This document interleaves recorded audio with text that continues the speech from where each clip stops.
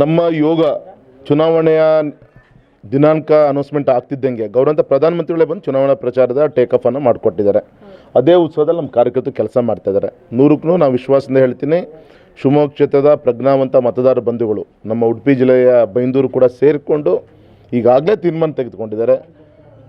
ಭಾರತೀಯ ಜನತಾ ಪಕ್ಷವನ್ನು ಆಶೀರ್ವಾದನ ಮಾಡಬೇಕು, ಮೋದಿಜಿಯವರ ಕೈಗೆ ಬಲವನ್ನು ತುಂಬಬೇಕು ಅಂತೇಳಿ ರಾಷ್ಟ್ರೀಯ ವಿಚಾರಗಳನ್ನು ಇಟ್ಕೊಂಡು ಇವತ್ತು ಓಟನ್ನು ಹಾಕ್ತಾ ಇದ್ದಾರೆ. ಯಾವುದೋ ಗ್ಯಾರಂಟಿ, ಇದು ಮೋದಿ ಗ್ಯಾರಂಟಿ ನಾವು ಹೇಳ್ತೇವೆ. ಮೋದಿ ಗ್ಯಾರಂಟಿ ಏನು? ದೇಶದ ರಕ್ಷಣೆನೇ ಮೋದಿ ಗ್ಯಾರಂಟಿ. ಹಾಗಾಗಿ ಆ ವಿಚಾರಗಳ ಬಗ್ಗೆ, ರಾಷ್ಟ್ರೀಯ ವಿಚಾರಗಳ ಬಗ್ಗೆ ಚರ್ಚೆ ಆಗ್ತಾ ಇದೆ.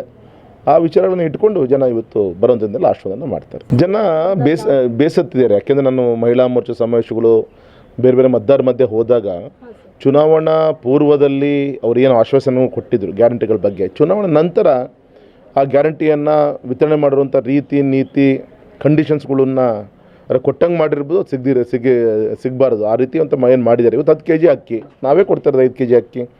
ಎಲ್ಲ ನಿರುದ್ಯೋಗಿ ಭತ್ಯೆನ ನಾವು ಕೊಡ್ತೀವಿ ಅಂತ, ಯುವಕರಿಗೆ ಕೊಡ್ತೀವಿ ಅಂತ ಹೇಳಿದ್ರೆ ಯಾರಿಗೂ ಕೂಡ ಕೊಡ್ತಾ ಇಲ್ಲ. ಇವತ್ತು ಬಸ್ ಫ್ರೀ ಅಂತಾರೆ, ತಾಯಿಗೆ ಅವರ ಗಂಡನಿಗೆ 20 ರೂಪಾಯಿ ಬಸ್ ರೇಟ್ ಹೆಚ್ಚಿಗೆ ಮಾಡಿದ್ದಾರೆ. ಇವತ್ತು ರೈತರು ಪಂಪ್ ಸೆಟ್ಟಿಗೆ ಸುಮಾರು 2.5 ಲಕ್ಷ ರೂಪಾಯಿ ಒಂದು TC ಬೇಕಾಗುತ್ತೆ. ಹಾಗಾಗಿ ಜನ ಬೇಜಾರಾಗಿದ್ದಾರೆ. ಇದಕ್ಕೆಲ್ಲಕ್ಕೂ ಉತ್ತರ ನಾಳೆ ಕೊಡ್ತಾರೆ ಚುನಾವಣೆ ಮುಂದೆ. ವಿಶೇಷವಾಗಿ ನಮ್ಮ ಫಾರೆಸ್ಟ್ ಡ್ವೆಲ್ಲರ್ಸ್ ಅರಣ್ಯ ಹಕ್ಕು ಇಶ್ಯೂಗಳು ಇರ್ಬೋದು, ಡೀಮ್ಡ್ ಫಾರೆಸ್ಟ್ ಇರ್ಬೋದು, ಕಸ್ತೂರಿ ರಂಗನ ವಿಚಾರಗಳಿರ್ಬೋದು, ಶರಾವತಿ ಮುಳುಗಡೆ ಇರ್ಬೋದು, ಮತ್ತು ವಿಶೇಷವಾಗಿ ಇಲ್ಲೇ ಅವ್ರ ಲೈಫ್ ಲೀಡ್ ಮಾಡೋಕ್ಕೆ ಪೂರಕವಾದಂಥ ಒಂದು ವಾತಾವರಣ ಸೃಷ್ಟಿ ಮಾಡಬೇಕಾಗುತ್ತೆ. ಅದಕ್ಕೆ ನಾನು ಪ್ರಯತ್ನ ಮಾಡ್ತೀನಿ. ನಮ್ಮ ಕ್ಷೇತ್ರ ಜನತೆಗೆ ಏನು ಹೇಳಕ್ಕೆ ಇಷ್ಟಪಡ್ತೀನಿ ಈ ಸಲ ನಾವು ಇಷ್ಟೇ ಹೇಳ್ತೇನೆ, ಇದು ಚುನಾವಣೆ ಮೋದಿಜಿಯವ್ರ ಭವಿಷ್ಯ ಚುನಾವಣೆ ಇಲ್ಲ. ಈ ಚುನಾವಣೆ ನಮ್ಮ ಭಾರತದ, ನಮ್ಮ ದೇಶದ ಒಂದು ರಾಷ್ಟ್ರದ ಹಿತವನ್ನು ಇಟ್ಕೊಂಡಿರುವಂಥ ಚುನಾವಣೆ. ನಿಮ್ಮ ತಾಯಂದಿರ, ಯುವಕರ, ರೈತರ, ಬಡವರ ಒಂದು ಭವಿಷ್ಯಕ್ಕೋಸ್ಕರ ನಡೀತಿರುವಂಥ ಚುನಾವಣೆ. ಹಾಗೆ ತಮ್ಮ ಅಮೂಲ್ಯವಾದಂಥ ಮತವನ್ನು ಚಲಾವಣೆ ಮಾಡಬೇಕು. ಹೆಚ್ಚಿನ ಒಂದು ಪ್ರತಿಶತ ಮತದಾನ ಇಲ್ಲಿ ಆಗಬೇಕು ಮತ್ತು ಮೋದಿಜಿಯವ್ರಿಗೆ ಆಶೀರ್ವಾದನ ಮಾಡಬೇಕು ಅಂತ ನಾನು ವಿನಂತಿಯನ್ನು ಮಾಡ್ಕೊತೀನಿ.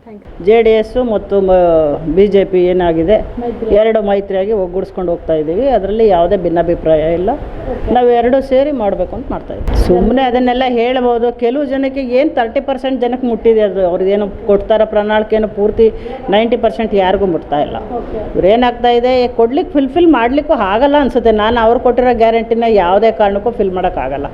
ಇವತ್ತು ನಾವು ಓಟಿನ ಅಮಿಷಕ್ಕೆ ಹೇಳ್ಕೋಬೇಕೇ ಬಿಟ್ಟರೆ, ನಾವು ತಿಳಿದ ಮಟ್ಟಿಗೆ ನಮ್ಮ ಸರ್ಕಾರದಲ್ಲಿ ಎಷ್ಟು ದುಡ್ಡಿದೆ, ಎಲ್ಲಿಂದ ಕೊಡ್ಬೋದು ಅನ್ನೋದು ಲೆಕ್ಕಾಚಾರ ಹಾಕಿ ಮಾಡಬೇಕೇ ವಿನ ಸುಮ್ಮನೆ ನಾವು ಒಳ್ಳೆ ಆಶ್ವಾಸನೆ ಕೊಡೋದ್ರಲ್ಲೇ ಅರ್ಥ ಇಲ್ಲ. ಇವತ್ತೇನೋ ಕೊಟ್ಟು ಹೋಗ್ಬಿಡ್ತೀವಿ, ನಾಳೆ ತಿರ್ಗಾ ಅದೇ ಮುಖ ನೋಡೋಕೆ ನಾವು ಮತ್ತೆ ಹೋಗಲೇಬೇಕಾಗತ್ತೆ. ಇವತ್ತಿಗೆ ಎಂಡಾದರೆ ಏನೋ ಪರವಾಗಿಲ್ಲ, ಈಗ ನಾಳೆ ತಿರ್ಗಾ ಹೋಗಲೇಬೇಕಾ? ಅವಾಗ ಕೇಳ್ತಾರೆ. ಅದರಿಂದ ನಾವು ಸುಳ್ಳು ಹೇಳಿ ಪ್ರಚಾರ ಮಾಡಿ ಓಟ್ ತೊಗೊಳೋದ್ರಲ್ಲಿ ಯಾವ ಅರ್ಥನೂ ಇಲ್ಲ. ನಾವು ಕೆಲಸ ಮಾಡಿದ್ದೀವಿ, ಓಟ್ ಕೇಳ್ತೀವಿ. ಮುಂದೆ ಮಾಡೋ ಅಂಥದ್ದು ಅವರಲ್ಲಿ ಅಭಿಪ್ರಾಯ ಇದೆ. ಏನೇನು ಮಾಡಬೇಕು, ಊರಿಗೆ ಏನೇನು ಒಳ್ಳೆಯ ಕೆಲಸ ಇದೆ, ಮತ್ತು ಊರಿನಲ್ಲಿ ಏನು ಇಲ್ಲ ಅನ್ನೋದನ್ನು ನೋಡಿದ್ದು. ಈಗಾಗಲೇ VSL ಮುಚ್ಚೋ ಸಂಭವ ಬಂದಿದೆ. MPM ಮೊದಲನೇದಾಗಿ ಮುಚ್ಚಿದ್ದಾರೆ.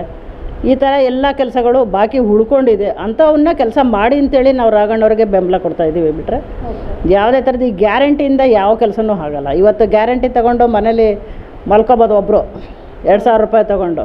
ನಮ್ಮ ಮಕ್ಕಳುಗಳ ಕತೆ ಏನು ಅನ್ನೋದನ್ನು ಯೋಚನೆ ಮಾಡಬೇಕಾಗತ್ತೆ. ಮುಂದಿಂದ ಏನಾರು ಕೆಲಸಗಳಾಗಬೇಕು ಅನ್ನೋದಾದರೆ ಯಾವ್ದಾರು ಫ್ಯಾಕ್ಟ್ರಿಗಳು ಓಪನ್ ಮಾಡಬೇಕು, ಇಲ್ಲ ಕಾಲೇಜ್ ಓಪನ್ ಮಾಡಬೇಕು, ಇಲ್ಲ ಹಾಸ್ಪಿಟ್ಲ್ ಓಪನ್ ಮಾಡಬೇಕು.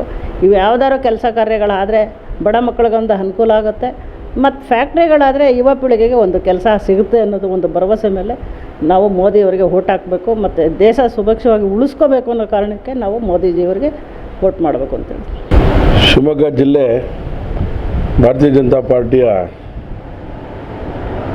ಜಿಲ್ಲೆ. ಕಾರ್ಯಕರ್ತರ ಆಧಾರಿತವಾಗಿರುವಂಥ ಪಾರ್ಟಿ ಭಾರತೀಯ ಜನತಾ ಪಾರ್ಟಿ. ಕಾರ್ಯಕರ್ತರು ಈ ಬಾರಿ ಭಾರತೀಯ ಜನತಾ ಪಾರ್ಟಿಯನ್ನು ಅಭ್ಯರ್ಥಿಯಾಗಿರುವಂಥ ರಾಘವೇಂದ್ರನನ್ನು ಯಾವುದೇ ಅನುಮಾನ ಇಲ್ಲದೆ ಗೆಲ್ಲಿಸ್ತಾರೆ ಅನ್ನೋದನ್ನು ಜನ ತೀರ್ಮಾನ ಮಾಡ್ತಾ ಇದ್ದಾರೆ. ಕಾರ್ಯಕರ್ತರು ಮನೆಗೆ ಭೇಟಿ ಮಾಡ್ತಾ ಇದ್ದಾರೆ. ಜನ ಒಳ್ಳೆ ರೆಸ್ಪಾನ್ಸನ್ನು ಕೊಡ್ತಾ ಇದ್ದಾರೆ. ಹಾಗಾಗಿ ಹೇಳಿದೆ, ಕಾರ್ಯಕರ್ತರು ಅದ್ರ ಮೂಲಕ ಮತದಾರರು ಭಾರತೀಯ ಜನತಾ ಪಾರ್ಟಿನ ಗೆಲ್ಲಿಸ್ತಾರೆ. ಇದರಗಡೆ ಎರಡು ಅನುಮಾನ ಬೇಡ ಅಂಥೇಳಿ ಈ ಸಂದರ್ಭ ನನಗೆ ಅನ್ನಿಸ್ತಾ ಇದೆ. ಗೆಲುವು ನಿಶ್ಚಿತ. ಹೋದಲ್ಲೆಲ್ಲ ಒಳ್ಳೊಳ್ಳೆ ನಮಗೆ ಭರವಸೆ ಸಿಗುವ ರೀತಿಯೊಳಗಡೆ ಜನ ಮಾತಾಡ್ತಾ ಇದ್ದಾರೆ. ಹಾಗಾಗಿ ಗೆಲುವಿಗೆ ಎಲ್ಲೂ ತೊಂದರೆ ಇಲ್ಲ ನಮಗೆ. ಭಾರತೀಯ ಜನತಾ ಪಾರ್ಟಿ ಗೆಲುವು ನಿಶ್ಚಿತ ಆಗಿದೆ. ಕಾಂಗ್ರೆಸ್ನವ್ರು ಏನೇ ಪ್ರಣಾಳಿಕೆಗಳು ಬಿಟ್ಟರೂ ಕೂಡ 63 ವರ್ಷ ಏನೂ ಮಾಡದಿರೋ ಕಾಂಗ್ರೆಸ್ ಈಗೇನು ಮಾಡಲಿಕ್ಕೆ ಸಾಧ್ಯ ಇಲ್ಲ.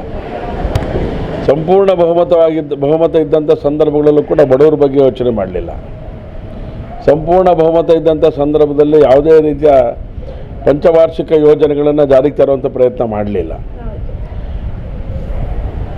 ಸೊ ಹಾಗಾಗಿ ಅಧಿಕಾರ ಇದ್ದಾಗಲೇ ಅವರೇನು ಮಾಡದೇ ಇದ್ದವರು ಈಗ ಪ್ರಣಾಳಿಕೆ ಬಿಡುಗಡೆಗೆ ಮಾತ್ರ ಸೀಮಿತ ಆಗಿರೋಂಥ ಪಾರ್ಟಿ ನಮ್ಮ ಕಾಂಗ್ರೆಸ್ ಪಾರ್ಟಿ ಆಗಿದೆ. ಹಾಗಾಗಿ ಭಾರತೀಯ ಜನತಾ ಪಾರ್ಟಿ ಪ್ರಣಾಳಿಕೆ ಕಾರ್ಯ ಮಾಡೋದ್ರ ಜೊತೆಗೆ ಮುಂದಿನ ಉದ್ದೇಶಗಳನ್ನು ಗಮನದಲ್ಲಿ ಇಟ್ಕೊಂಡು ಕಾರ್ಯವನ್ನು ಮಾಡ್ತಾ ಇದೆ. ಈ ಹಿಂದೆ ಯಾವುದೆಲ್ಲ ಪ್ರಣಾಳಿಕೆಗಳಲ್ಲಿ ಯೋಜನೆಗಳನ್ನು ಜಾರಿಗೆ ತರಬೇಕು ಅಂತ ನಿರ್ಣಯ ಆಗಿತ್ತು.